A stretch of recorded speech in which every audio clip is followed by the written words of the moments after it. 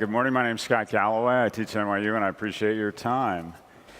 So I made a prediction here that the largest write-down in retail of 2017 would be Walmart's acquisition of Jet.com, and I was wrong. It's actually ended up being a genius acquisition that has been great for Walmart, as it's given them kind of new mojo, because year on year they've been able to announce e-commerce growth rates of 60+%.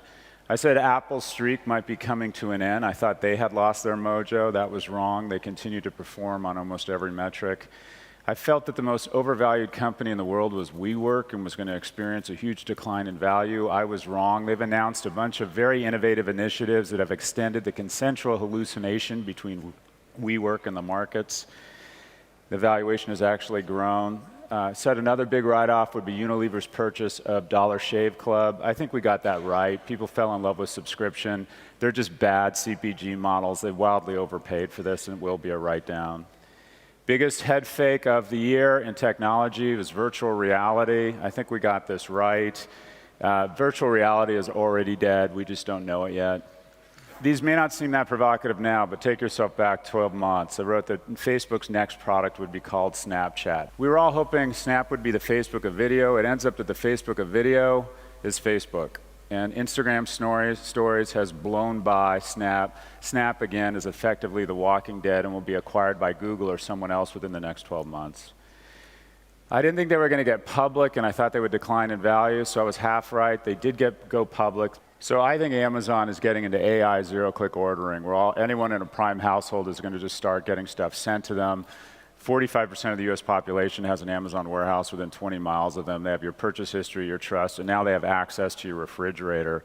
So pretty soon, we are going to get things without even asking for them. And then we'll manicure them from Alexa. Alexa, going out of town for 2 weeks. Alexa, send me 4 quotes for auto insurance for Mercedes GL. We're about to head to zero-click ordering through Amazon. And they've made signals that they're planning to do this. I thought that Amazon stock would triple and that it would become the first trillion-dollar market cap company. So I was wrong, but directionally okay. I think we get an honorable mention here. The stock was up 60%, and stand by my prediction that Amazon will be the first trillion-dollar market cap company. Another loser, 2017, wearables. We were all supposed to have smart technology on our person. People are very, very self-conscious about what they choose on their person. Wearables joins the Internet of Things, 3D printing, and then it's just ridiculous technology, wasted a ton of money, and will never amount to anything. I put that Fitbit was going to go out of business. I'm mostly right here. It's going out of business more slowly than it should. Okay, so I like to every year make a prediction around a big, big winner. The stock I picked that I thought would be the fifth horseman in 2017 is the following. The biggest winner in 2017 is Netflix. It's become the operating system of choice. Okay, I think we got this right. I think Netflix continues to maintain momentum and has a shot at becoming the fifth horseman. Their stock was up 60% in 2017. This is the prediction I'm most proud of.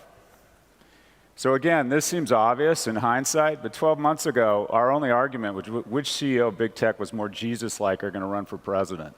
We weren't talking about how evil they were. Things have changed dramatically in the last 12 months. Biggest winners in retail, while everyone's trying to invest in artificial intelligence, the biggest return on investment in retail has been in something called organic intelligence, or making an investment in humans. And all the companies in America that have outperformed their peers have one thing in common. They've decided to make this crazy irrational investment in jobs and in humans, and it's paid off hugely for them. Whether it's Sephora in their cast, Best Buy in their blue shirts, or Home Depot in their gold aprons, Apple has done a fantastic job. And the original gangster here is Starbucks. It now spends more on employee benefits than it spends on coffee beans. We finally are starting to see disruption in the grocery space. I met a woman named Kara Swisher here last year, and she said, come on my podcast. And I said the following on her podcast. I still believe they're going to buy a Macy's or a Carrefour or something like that. I can't imagine why they wouldn't buy Whole Foods, for example. Mm-hmm. I said Amazon's going to acquire Whole Foods. The next week, they made their first acquisition of greater than $1 billion, Whole Foods. After working my ass off for 25 years, I'm now an overnight success thanks to Kara Swisher. So people ask, how did you know that Amazon was going to buy Whole Foods? And I'm going to let everybody here in on the secret of how I knew Amazon would make its largest acquisition in history. I spent a lot of time barking at Alexa to try and collect data. And this is literally a true story of how I knew Amazon was going to purchase Whole Foods. So I do the following. Alexa, buy turn it up. whole milk. I couldn't find anything for whole milk, so I've added whole milk to your shopping list. And then I asked, Alexa, buy organic foods. The top search result for organic food is Plum Organics baby food, banana, and pumpkin, 12-pack of 4 ounces each. It's $15 total. Would you like to buy it? and then as often happens at my age, I got confused and I barked the following at Alexa. Alexa, buy Whole Foods. I have purchased the outstanding stock of Whole Foods Incorporated at $42 per share. I have charged $13.7 billion to your American Express card.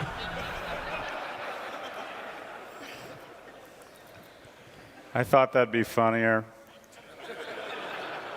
So I've written a book, and the basic premise of the book is that Amazon, Apple, Facebook, and Google are our new God, our new source of love, our consumptive gut, and Apple is sex. And as a result of their ability to tap into these very basic instincts, they've aggregated more market cap than the majority of nations' GDP. And as of 2017, the combined market cap of these 4 companies is blown by Russia, blown by Canada, blown by India, and now trades only 4 countries, Germany, the UK, Japan, and China. And I think these companies are more powerful than any entities, maybe with the exception of China and the US. These are the most valuable companies, 2006, a mix of petroleum, fossil fuels, financial services. Now the 5 most valuable companies are all big tech. So what's the chapter I didn't write? I got a lot of criticism that I was sort of this meal with no dessert. I think after spending the majority of the last 2 years of my life really trying to understand them and the relationship with the ecosystem, I've become 100% convinced that it's time to break these companies up. Why? They're evil, right?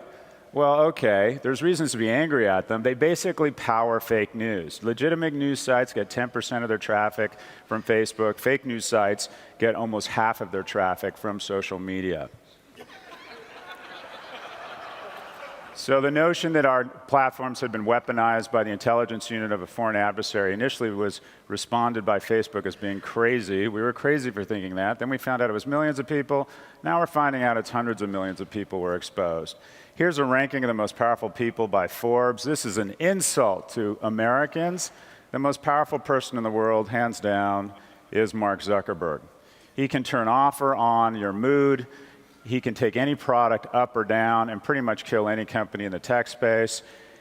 We are now finding that teens are more prone to depression because of their time on social media. If there was an ice cream company that was making teens more depressed or susceptible to suicide, we would not be seating that person next to the president at meetings in Silicon Valley. My general question to you is, we don't let kids drink until they're 21. We don't let them smoke cigarettes till they're 18. Why on earth, given the data that's out there, would we let any child onto a social media platform before the age of 18? My 14-year-old is much healthier as a person because of their Instagram account, said no parent ever. Oh, but wait, I know. Let's start a social media company for kids, which I refer to as a gateway drug, which has outed Mark Zuckerberg as the most tone-deaf CEO in the history of technology. So, some quick definitions. When they say we're a platform, what they're really saying is we're a media company. We want to operate in a netherland of unprecedented multiples and no accountability. When they start using terms like impossible or First Amendment or we can't be arbiters of truth, what they really mean is we can't do anything that's unprofitable. We're not talking about the impossible. We're talking about the realm of the profitable. If boredom media can prevent us from being weaponized by Russia with $200 million in free cash flow, Facebook can figure it out with $14 billion in free cash flow. Innovation at events like this means elegant theft. We want to give voice to the unheard. That means we know we're wrong and have no intention of doing anything about it. And the one I love, we need to do better. We need to do better. That also means we're doing something wrong and have no intention of doing anything about it. Whose fault is this? It's not their fault. Companies are agents of profitability, and they're doing exactly what they're supposed to be doing. They're supposed to increase their profits every quarter. People don't ask them, did you do less evil this quarter? They said, did you do more profits? That's their job. They're doing their job.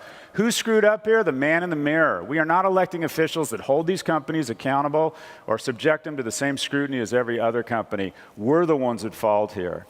When Google lies and starts sending traffic downstream to their own properties, which they signed a consent decree saying they wouldn't do, we fine them $3 billion, or 3% of their cash on hand. Their stock goes up when that's announced. When Facebook lies and says it would be impossible for us to share data between our core platform and WhatsApp, EU, approve our merger, they approve the merger, and then, spoiler alert, 90 days later, they figure out a way to share the data. The EU says, we feel lied to, and they fine them $120 million, or 0.6% of the acquisition price. If Mark Zuckerberg could take out an insurance policy to get the transaction done for 0.6%. Wouldn't he do that? By issuing 25-cent parking tickets on meters that cost $100 every 15 minutes, we are telling these companies, vis-a-vis our elected officials, that the smart thing to do, the shareholder thing to do, is to lie and to break the law. This is our fault. These companies can now go shopping on other people's credit cards. When Amazon announces the acquisition of Whole Foods, other companies pay for it. Markets are failing.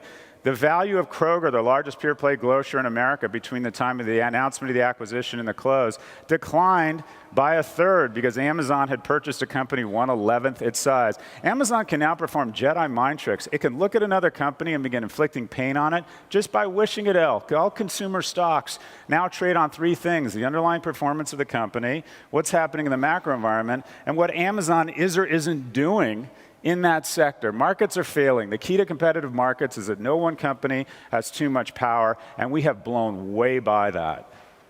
Amazon is able to add the value of FedEx or Colgate or Mondelez in one trading day. The most egregious example of our perversion of a society where we no longer worship at the altar of kindness and character, but of innovation and money, is the shit show called HQ2 going on with Amazon, where basically governments have decided to turn over their civic responsibilities and taxation authority to the Seattle giant. Chicago has said you can keep the payroll taxes. In other words, Amazon now has taxing authority, and you can decide how to spend this money. The government has basically shrugged its shoulders in the US and said, Amazon, here you are, you're now running the country. People say it's not a monopoly. What is the market telling us? If Amazon trades at 5 times the multiple of any other retailer, isn't the market telling us that at some point Amazon is going to have monopoly-like pricing power?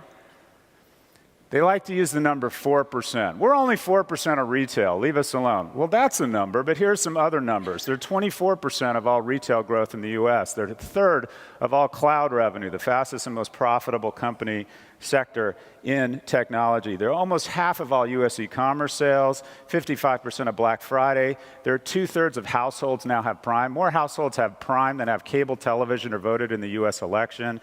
And they have 70% share of the future. The future is voice. Google has 90+% market share of a market that is now by dollar volume greater than the entire advertising market of any country with the exception of the US. Two players, Google and Facebook, are responsible for the entire growth. If you work in digital marketing and you don't work for one of these companies, you join the Yellow Pages and print magazines, and that your business is in structural decline. Facebook has already won mobile. Your mobile phone isn't a telecommunications device. It's a delivery vehicle for Facebook Inc. We talked about blowing by. I thought this was the most disturbing thing to happen in 2017. This is the chairman of the Senate Intelligence Committee closing the hearings on big tech. Don't let nation states disrupt our future. And you're the front line of defense for it. Please take that back to your companies. This hearing is adjourned. You're the front lines of our defense. Yeah? That. This is my front lines. So why are we so angry? And last night I did this presentation and someone said, why are you so angry? I think we've gotten spoiled with technology. We come to believe that technology is about the betterment of humanity and 1% the pursuit of shareholder value. And over the last 50 years, it's flipped to 99% shareholder value and 1% the betterment of humanity. 1942, 100,000 people come together in the southwest United States for a foot race to the bomb, and fortunately beat Hitler, and the world was literally saved. 25 years later, those same Americans, Canadians, Brits, and some fantastic German engineers came together for NASA and put a man on the moon when 1/3 of houses in the US didn't have indoor plumbing. Now we have 700,000 of the best and brightest literally the best and brightest, playing with lasers compared to the slingshots of the technology that the NASA and Manhattan projects. And what is the greatest collection of creativity, IQ, and capital been brought together? One collective mission. I've studied these companies. They've all been brought together not to create comity of man, not to solve world hunger. They've been brought together simply to sell another Nissan. We should break them up because they avoid taxes. We not only comply with the laws, but we comply with the spirit of the law. Spirit of the law. The spirit of the law is not to issue your IP to a low-tax domain in Europe and then to deflate taxes in high-tax domains and tax avoidance. That is not the spirit of U.S. tax law. However, all of us in this room try and avoid taxes. Again, it's our fault we don't elect officials that hold them accountable. This is the headquarters in Europe. They pay effectively a 4% tax rate on cash overseas. What's your tax rate? Amazon's the most successful company in the world and paid $1 billion in taxes since the Great Recession. Walmart has paid $64. This despite the fact that Amazon has added the market cap of Walmart to its market cap in the last 30 months. What does it mean when the most successful companies in the world don't pay taxes? Simple. The less successful companies pay more taxes. We have opted for a regressive corporate tax system. They destroy jobs. Yeah. Google and Facebook will add $29 billion in marketing growth. Marketing is a flat business. That means the creative community is going to lose 200,000 jobs every 12 months at the hand of Facebook and Google, or 2.5 stadiums, Old Trafford stadiums of creative directors, agencies, and planners who this year are going to decide to spend more time with their families. They destroy jobs. They are tax avoiders. They're evil. I just don't think we can make those arguments. I think there's a term for all of that, and that's innovators. Any innovator is technically doing one or all of those three things. However, I think the reason we break them up is because we're capitalists. Capitalism needs private property, wage labor, voluntary exchange price system, and competitive markets. And these markets are no longer competitive. They can't resist abusing their monopoly power. Google used to take you to the best place. Now they've decided the best place is usually another Google property they can monetize. Retail is not a healthy ecosystem. Basically, retail is a function of Amazon, a couple companies holding on, and everybody else is losing value. They announce they've had their best holiday ever, and everybody else crashes.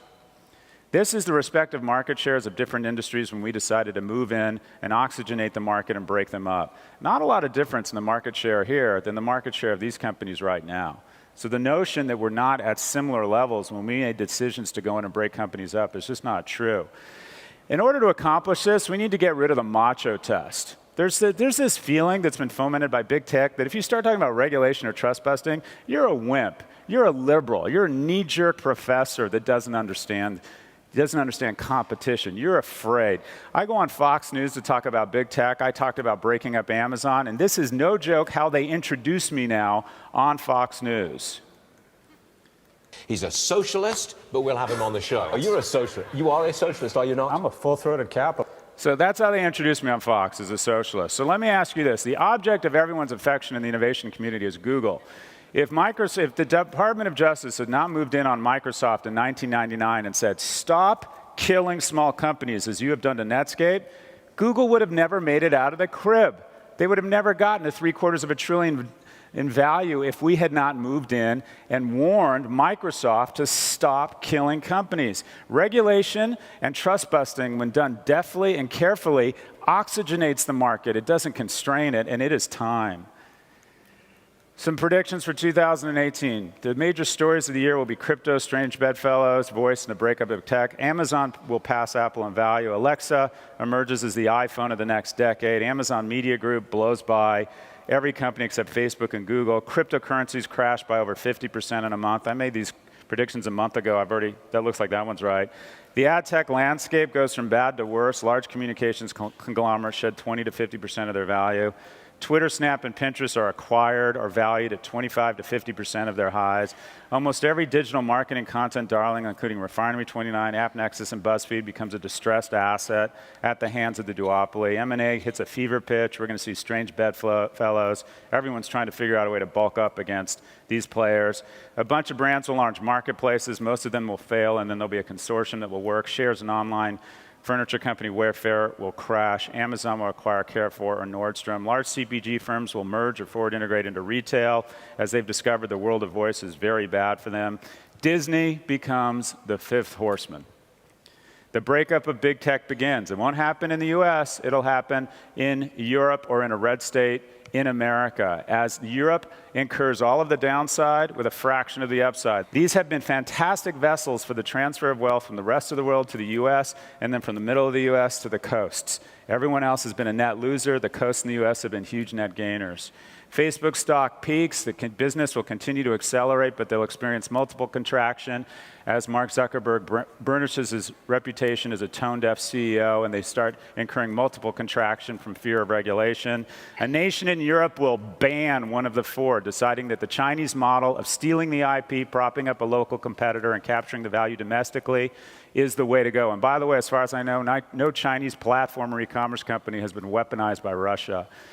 Poland makes its first appearance in the finals of the World Cup. I know nothing about soccer, but my 10-year-old son is convinced this will happen. Some final words. Poland gets applause? Anyways, some final words. It all comes down to what is the purpose of economy. I think in the US, we have decided our collective mission is no longer to create millions of millionaires. I think our actions reflect a new mission, and that is we no longer want to create millions of millionaires, we want to create the first trillionaire. It seems like we've become somewhat perverted in the idolatry of trillionaires. Peter Drucker said the purpose of an economy is to create a middle class. I still believe the two most important metrics of the success of an economy or a nation are how many girls go to college and how strong your middle class is. And our middle class has been failing for a while. The breakup of big tech won't be easy because Jeff Bezos is smarter than all of us. He's making a lot of forward-looking investments, including 77 full-time lobbyists in Washington, and also the ultimate sheep's clothing, a liberal newspaper. The most liberal, powerful media company in the world is the New York Times. It's not for sale. However, the second most powerful is the Post. He owns that. Made an investment in Business Insider when it was sold to Axel Springer. It was very interesting that Bezos did not sell his stake. He clearly doesn't care in the economics. He's concerned of the influence of media. So, breaking them up. Search your feelings. I believe every answer to every business question can be found in a Star Wars film. So here are two ecosystems. Amazon, Apple, Facebook, and Google. This is one ecosystem. What if we broke these companies up into 11 companies, which would have a broader tax base, more jobs, more millionaires, maybe fewer billionaires, but more millionaires, more M&A activity, more venture capital, more jobs, more full-body contact competition? The first ecosystem or the second ecosystem? We don't break these guys up because they're evil. That's they're no less or more evil than us. We don't break them up because they avoid taxes. It's our job to hold them accountable. We don't break them up because they destroy jobs. Manufacturers destroy jobs in farming, services destroy jobs in manufacturing, and now tech's destroying jobs in services. That's called innovation. We break these guys up because we are capitalists, and it is time.